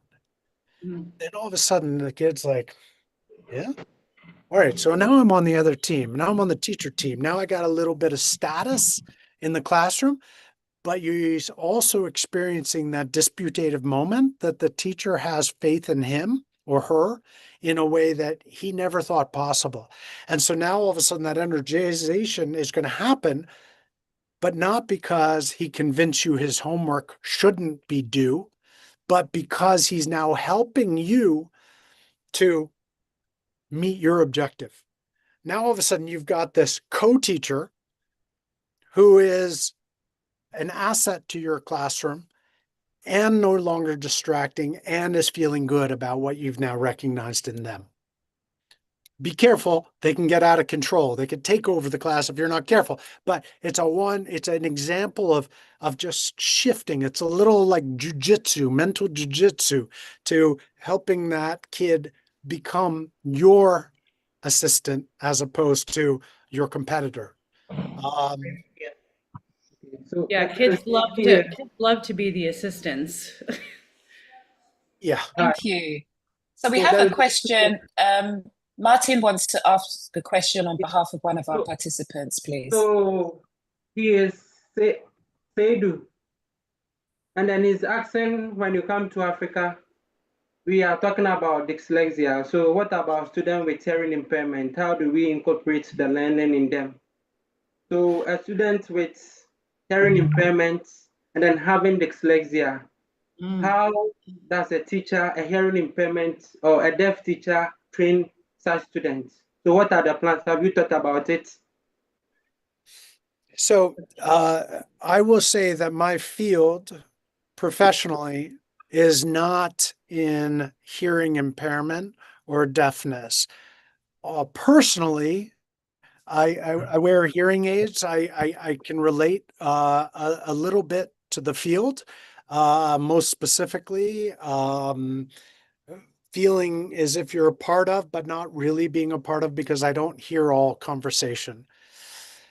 Nonetheless, I think that having said that, I don't know, other than being a person with a hearing challenge, I don't know the field, but I would imagine that disputative evidence, understanding from the adult, and generating a process of engagement in the community is one of the ways to make that child feel more a part of rather than being separated from. So personally, when I say to my wife and son, you guys are talking too quickly, I can't hear you, and they stop and they face me so that their words are coming at me and I can see their lips and they speak a little bit slower, I feel cared for. I feel seen. And then I feel more a part of. That's a very, very, very small amount of energization, I think, but it's because I feel cared for. So I have to think that a student who is dealing with hearing challenges or deafness, like everybody in the world, wants to be seen and understood. And when an effort is made by the teacher to see, understand, and engage them, I think they feel safer to go outside of their comfort zone, to generate confidence. And then one thing that I find with dyslexic students, and maybe it applies, is the moment somebody generates a small amount of confidence to do something they wouldn't normally do, to immediately recognize it. Maybe not, oh, like that, but maybe like just a little like, hey, thumbs up. That was awesome. Or after class, pulling them aside and say, I know how hard that was for you. Amazing job. Let's see if you can do that again tomorrow. I'll be watching for you. I think we want to all be cared and loved and seen. That's my best Thank answer. you. Thank you very much for that response. Should I go ahead and read out more of the questions in the chat for you, Dean? Yes, because I'm dyslexic. So one of the questions here from Joanna. What do you do when dyslexic students face discrimination during group work? This right now I'm having an emotional reaction because I see it and I experienced it, and maybe the word hate is too strong, but I hate it. I don't like the way kids, especially between the ages of 8 and 16, treat each other. They don't generally treat each other very nicely. And it's a very, very challenging situation as the adult to try to get engaged in the social dynamic of kids, because you don't want to appear that you're coming to save one child, but you need to. And so you're in a very, very difficult position. One of the solutions that we've come up with, and I think I suspect that, hope you may be able to answer this as well. But one of the things that NoticeAbility has tried to incorporate is that when students are working in our courses, they work in 3-person groups. And the reason why is because when you have 3 children in one group and the group is responsible for the outcome, they very quickly realize that they need each other in order to succeed. We also incentivize the performance of the team based on something called seed capital in the entrepreneurship, which is make-believe money to recognize their team effort. Or in the architecture curriculum, we have NASA credits. That's another discussion unto itself. The point is that when students recognize that they will succeed because of the collective efforts, and they will do poorly if they are being demeaning towards each other or minimizing or marginalizing each other, it encourages them to use the social and emotional tools that we've taught them, like conflict resolution or negotiation. And because we've gamified that classroom environment in such a way, the students know that the teachers are watching to award or detract points from their team performance. And so we see, not perfectly, but more often than not, students are starting to work positively and collaboratively, but with the caveat that all of those students are dyslexic. So when it comes to a mainstream classroom where you've got one dyslexic and maybe 2 or 3 neurotypical people who are making fun of that dyslexic, unfortunately, I don't have that answer, but maybe the team in New Jersey does. Well, I don't really have the answer, because that's why we have kids at our school. But what we do is it's that social emotional learning piece and that's that responsive classroom. I think one of the things we're most proud of is that we bring these kids to a point of their understanding their difference, understanding how their brain works, understanding their strengths. So when we do celebrating their strengths, because we're only K1 through 8. So our kids have to go back to high school. They have to go back to their district high schools or another private school or somewhere. But we have given them this, I call it their toolbox, and their toolbox is packed. And it's not just packed with academic stuff, it's packed with the social emotional piece that they know what they're good at, they know what they can do. And we've taught them the conflict resolution that you're speaking of, Dean. It's just, they know how to go about it. And every kid that has left us, the reports back and everything that I get from parents and from our alumni is you taught them how to survive and how to do what's right. And they're the ones teaching others now how to be a kind person, a person with a warm heart, a person to understand somebody's difference, a person to love who's in the room with you, even if you don't like them. So that's how we do it. But again, we've had those children come to us broken, and we have to put those Band-Aids on and fix them up. And when we send them off, those Band-Aids are taken off and they don't need them anymore. So there is a path. It's not an easy one, but there is a path to do it. But the group work and the NoticeAbility program definitely strengthens their bond, strengthens their work ethic. And it's interesting because, even though they know they're working for points and they're working, to get, the end goal, they're working, for their projects, but they are working to win. So it's a little bit of an incentive, but I will find it very interesting that people do not just I'm sorry. Sorry. I find it interesting that people do not just settle on an answer in their group. It's interesting because when they start the course, they're always like, okay, yeah, whatever you want, whatever the person with the strongest personality in the group wants, they gear toward that person. And then at the end, it's interesting because then they're like, no, actually, I don't like that idea.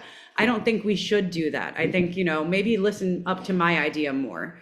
And that always happens because in the groupings, I try to find, the one strong individual in each group. And I make the groups because, you don't want to be the last one picked on the team. So, you make the groups for them. But it is interesting because usually towards the end of the courses, everyone has a voice, an even voice, rather than one popping out. Yeah, I appreciate it. Hope and Sharon, thank you both for those comments. The one thing I will say, I'm sorry to interrupt you, Sam. Go ahead. The one thing somebody said to me once, and I say this to students who may be feeling bullied or compromised, is that hurt people hurt people. Mm-hmm. You're right. And if you say to a child who is being ridiculed and you pull them aside and just say, you've got to remember that hurt people, it usually allows them to see their bulliers as people who are struggling in their own right and just presenting in a very aggressive way.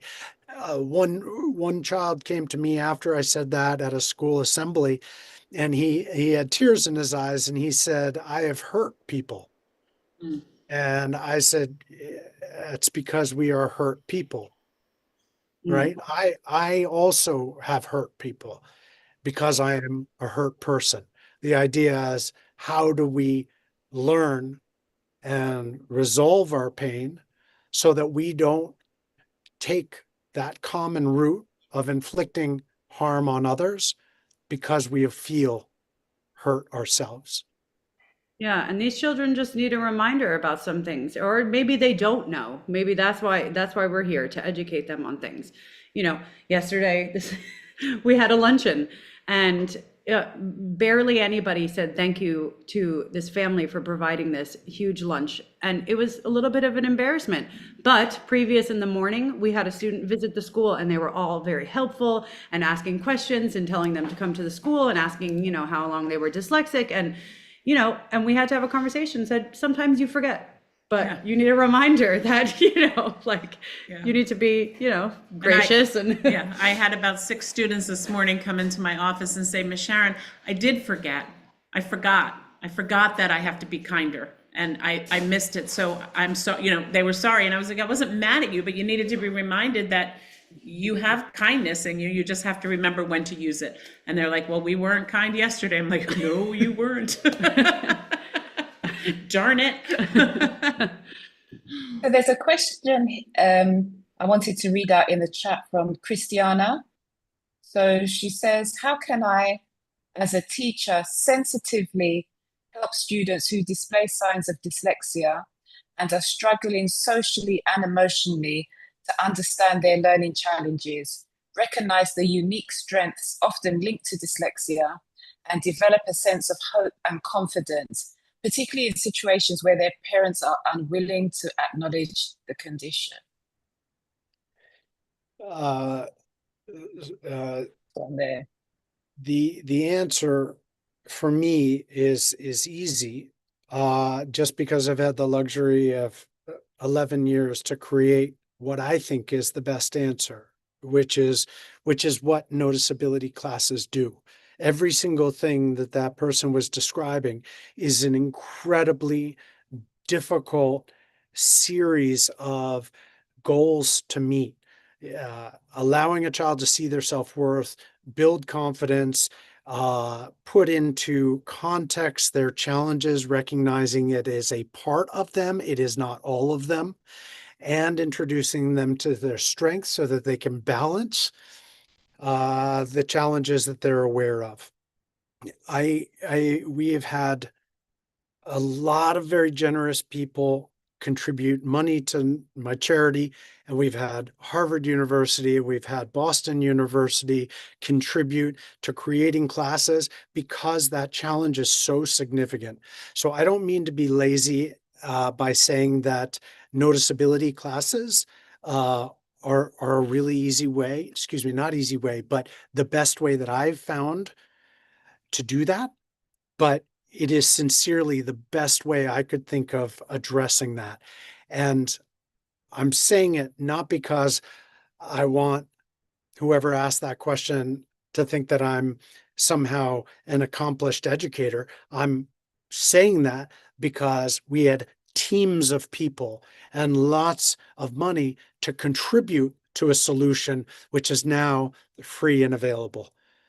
So my short answer is noticeability. My longer answer is until you can figure a better way, you can use noticeability. When you figure a better way, please come back and tell us, and then maybe we can work together to create an even better class than we've created.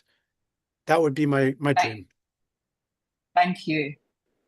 So there are two more questions in the chat. I want to read them out together because I think you can answer them at the same time.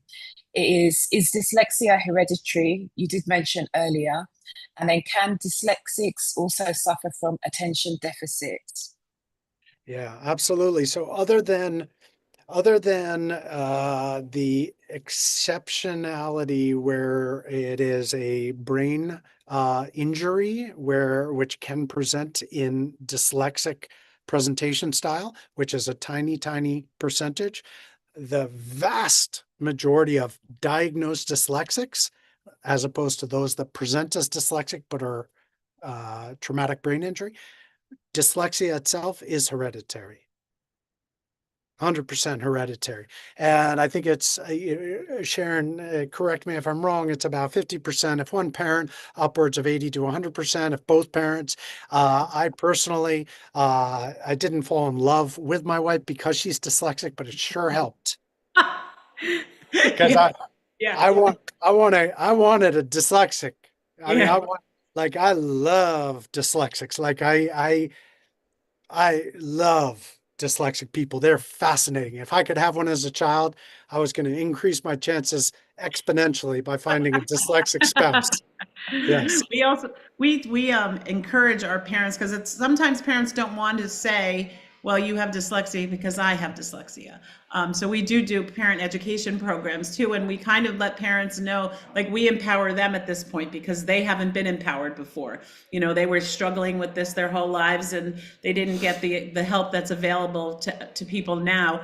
And we always say to them, let them know. And the kids will come in the next day, they're like, Sharon, did you know my mom's dyslexic? So's my dad. I'm like, yep.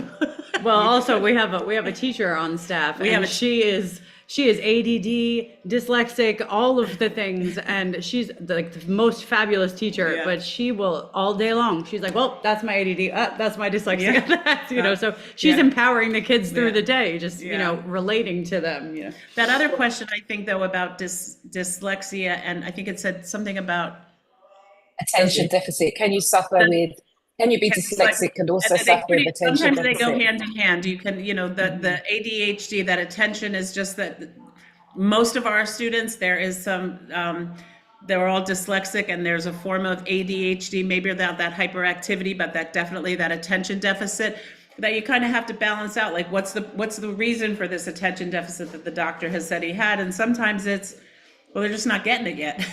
And then we see a decrease in that behavior. We've had students who have gone back and the doctor said, I don't see that piece of them anymore. And it's because they've now gotten this toolbox together, and they know how to manage their way through all of these things that were tough for them. But most of the time we see hand in hand, kind of a little ADHD, a little dyslexia, they kind of go together.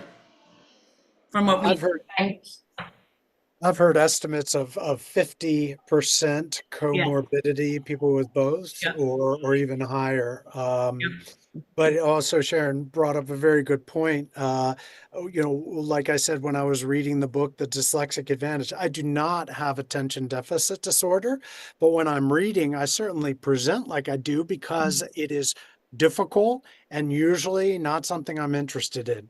Right. But when I'm interested in what I'm reading, I go full throttle into that environment, and I don't even present with a reading challenge per se, because my enthusiasm overcomes my inherent reading challenges. Yep. Wonderful. This Thank is you very to tie much. this into noticeability. Oh, sorry. No, you go tie ahead. tie this into noticeability even more.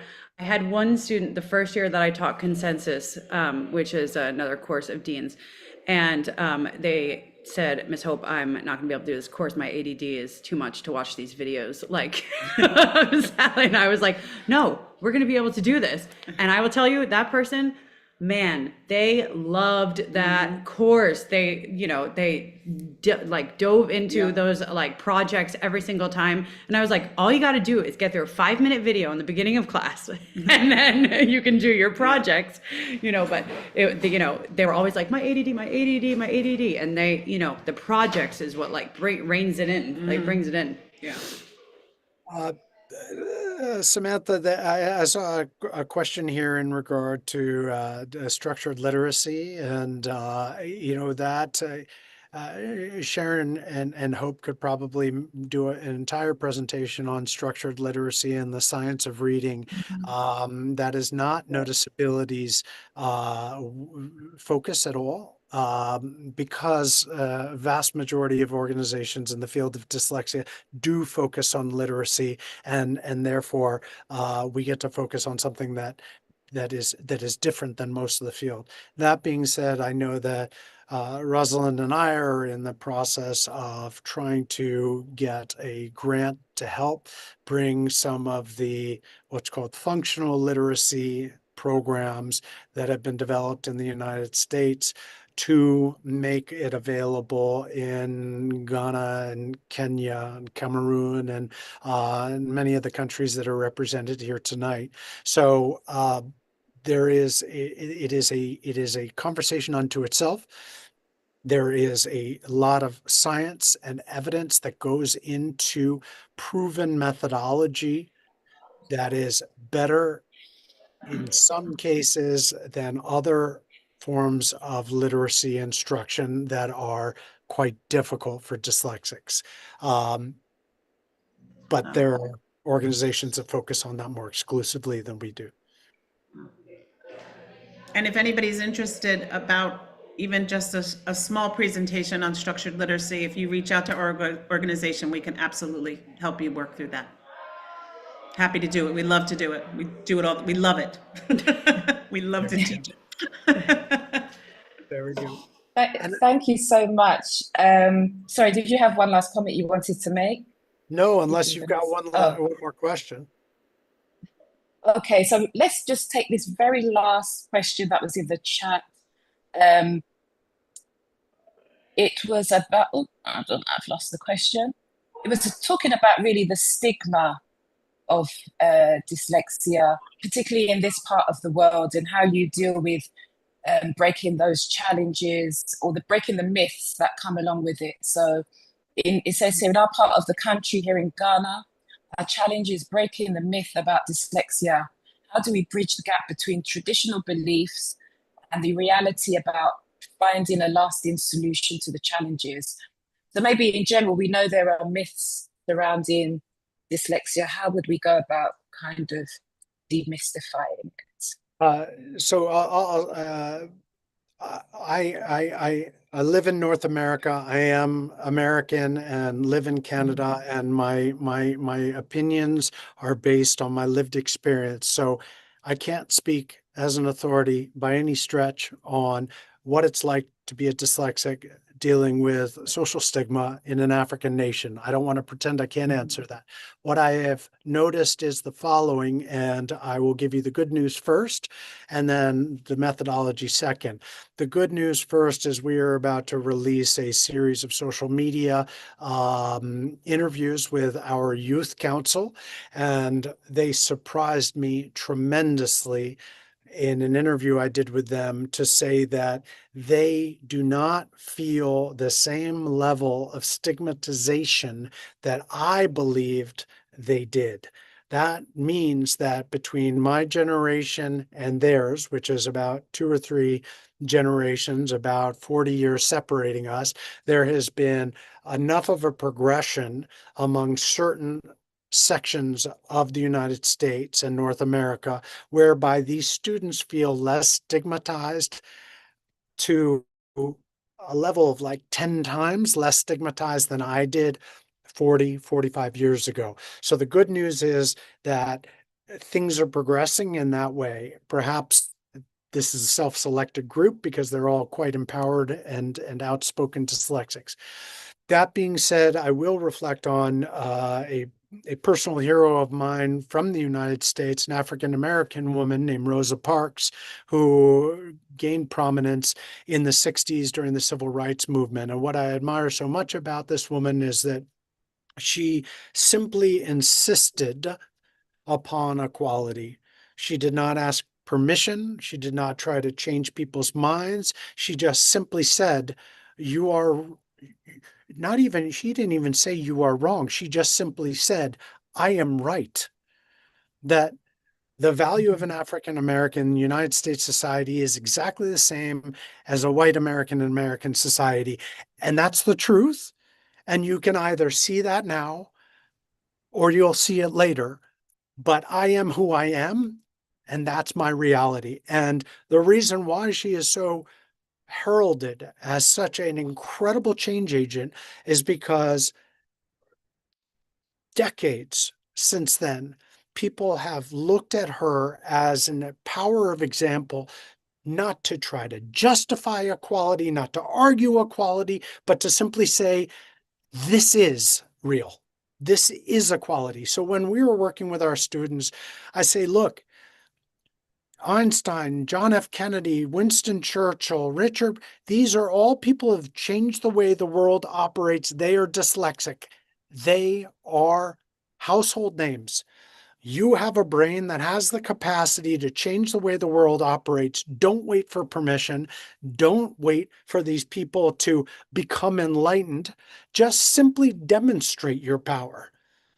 And as the one example, and perhaps I will end on this, was the most beautiful example is I was outside of Nairobi. I was in a very rural community school, and we did a workshop of our entrepreneurship program, and a team was presenting itself, and they were talking about ways to shore up,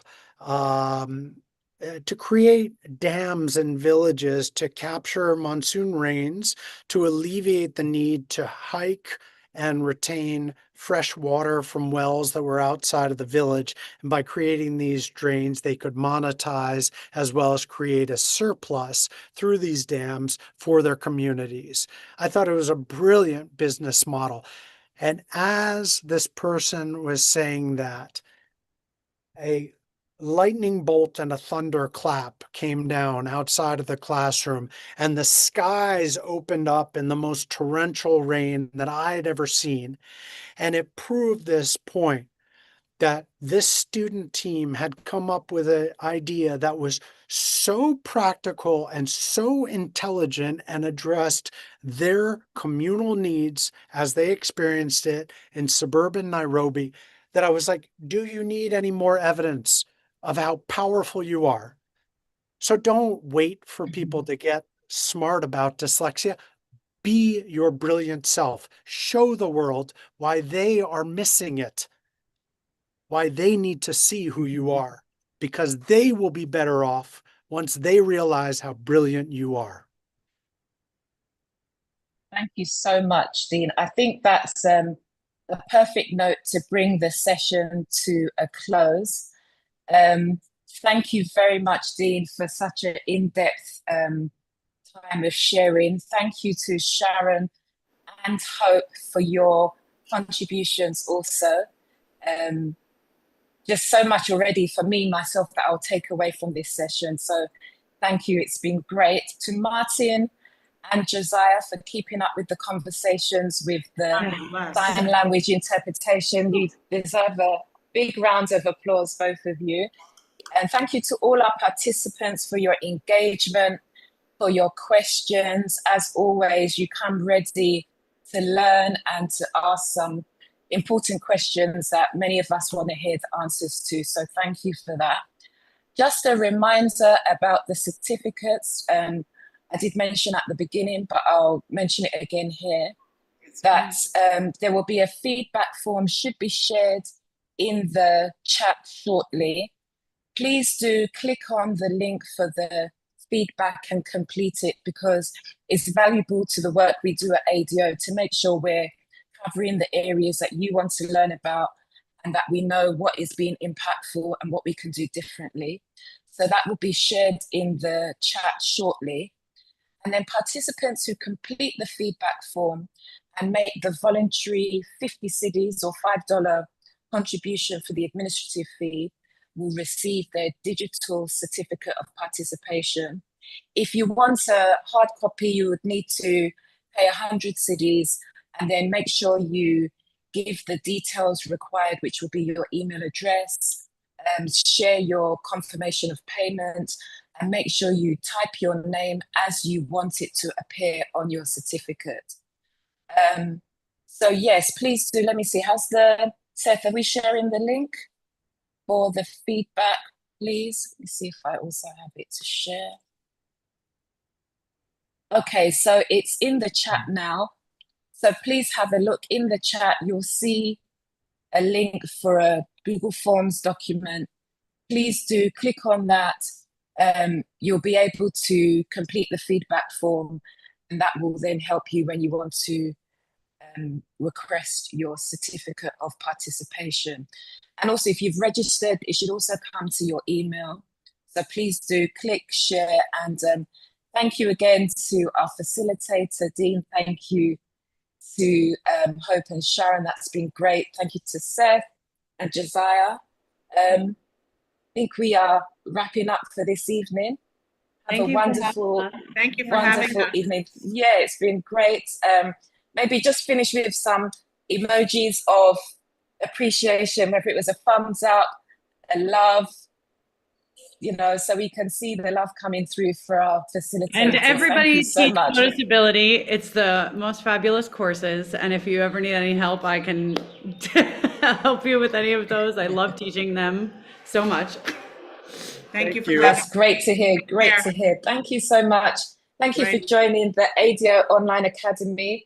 You'll soon receive information about the session for next month, because I know you're eager to find out what we're doing next month. So thank you very much and have a good evening. Stay well, everybody. Thank you all. All right. Thank you. Good night. Good night.